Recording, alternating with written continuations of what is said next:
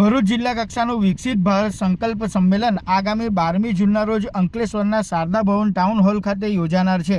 ત્યારે અંકલેશ્વર એસડીએમ કચેરી ખાતે પ્રાંત અધિકારી ભવદીપસિંહ જાડેજાની અધ્યક્ષતા હેઠળ વિકસિત ભારત સંકલ્પ સંમેલન અંગે મીટિંગ યોજાઈ હતી, જેમાં મામલતદાર રાજન વસાવા સહિત અંકલેશ્વર પાનોલી ઉદ્યોગ મંડળના પ્રમુખ, નોટિફાઈડ એરિયાના ચીફ ઓફિસરો, સંકલન સમિતિના પદાધિકારીઓ, નગરપાલિકા, તાલુકા પંચાયત, મામલતદાર કચેરી અને પ્રાંત કચેરીના કર્મચારીઓ ઉપસ્થિત રહ્યા હતા।